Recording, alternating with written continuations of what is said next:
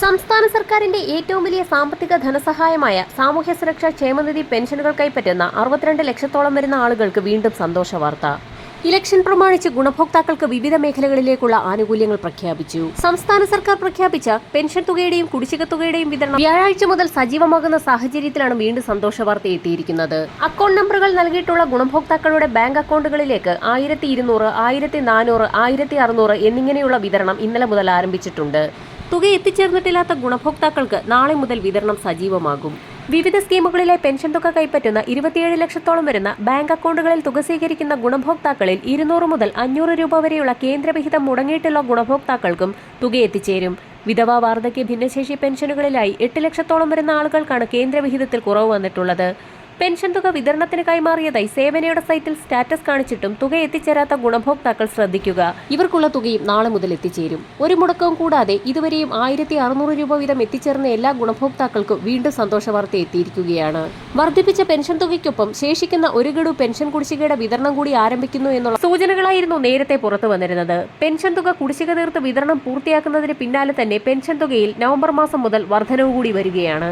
ഈ സാഹചര്യത്തിൽ സാമൂഹ്യ സുരക്ഷാ പെൻഷനുകളുടെ അർഹത, വിതരണ നടപടിക്രമം എന്നിവ സംബന്ധിച്ചും വിവിധ ഉത്തരവുകളെല്ലാം ക്രോഡീകരിച്ച് പുതിയൊരു ഉത്തരവ് വന്നിട്ടുണ്ട്. വിവിധ സ്കീമുകളിലെ പെൻഷൻ തുക കൈപ്പറ്റുന്ന ഗുണഭോക്താക്കൾ നിർബന്ധിത സർട്ടിഫിക്കറ്റുകൾ സമർപ്പിക്കണമെന്നുള്ള അറിയിപ്പുകൾ കൂടി പുറത്തു വന്നിരിക്കുകയാണ്. വിധവ പെൻഷനുകൾ കൈപ്പറ്റുന്നവർ പുനർവിവാഹിതരായിട്ടില്ല എന്ന സാക്ഷ്യപത്രം വാർഡംഗത്തിൽ നിന്നും വാങ്ങി സമർപ്പിക്കണമെന്നുള്ള നിർദ്ദേശം ചില തദ്ദേശ സ്ഥാപനങ്ങൾ പുറത്തുവിട്ടിരിക്കുകയാണ്. അറിയിപ്പുകൾ ലഭിച്ചിട്ടുള്ളവർ മാത്രം ഈ സർട്ടിഫിക്കറ്റുകൾ ബന്ധപ്പെട്ട തദ്ദേശ സ്വയംഭരണ സ്ഥാപനങ്ങളിൽ സമർപ്പിക്കേണ്ടതാണ്.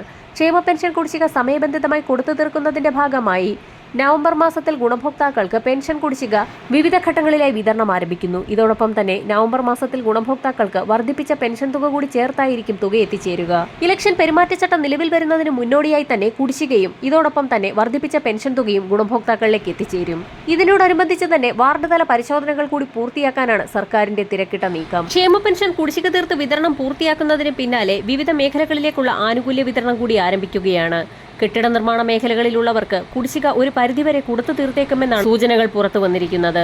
ഒരു മാസത്തിലെ കുടിശ്ശിക ഉൾപ്പെടെയുള്ള ക്ഷേമ പെൻഷൻ വിതരണം നവംബർ മുതൽ ആരംഭിക്കുമെന്ന് ധനമന്ത്രി നേരത്തെ തന്നെ വ്യക്തമാക്കിയിട്ടുണ്ട്. കഴിഞ്ഞ മാസത്തിലെ കുടിശ്ശിക ഉൾപ്പെടെ 3600 രൂപ ഈ മാസം വിതരണം ചെയ്യും. നവംബർ 20 വ്യാഴാഴ്ച മുതൽ ഗുണഭോക്താക്കൾക്ക് 3600 രൂപ വീതം എത്തിച്ചേരും. ഇതിനു പുറമെ സർക്കാർ ജീവനക്കാരുടെ ക്ഷാമബത്ത ഉയർത്തി ഉത്തരവിറക്കി. 4% DA അനുവദിച്ചാണ് ധനവകുപ്പ് ഉത്തരവ് പുറത്തിറക്കിയത്. വർദ്ധിപ്പിച്ച DA ഒക്ടോബറിലെ ശമ്പളത്തോടൊപ്പം നൽകുമെന്നും ഉത്തരവിൽ വ്യക്തമാക്കിയിട്ടുണ്ട്. കഴിഞ്ഞ ദിവസം മുഖ്യമന്ത്രി പ്രഖ്യാപിച്ചതുപോലെ ക്ഷാമബത്ത ഉയർത്തിക്കൊണ്ടുള്ള ഉത്തരവാണ് ഇപ്പോൾ ധനവകുപ്പ് പുറത്തിറക്കിയിരിക്കുന്നത്. ജീവനക്കാരുടെ 18% ക്ഷാമബത്ത 22%ആയാണ് ഉയർത്തിയിരിക്കുന്നത്.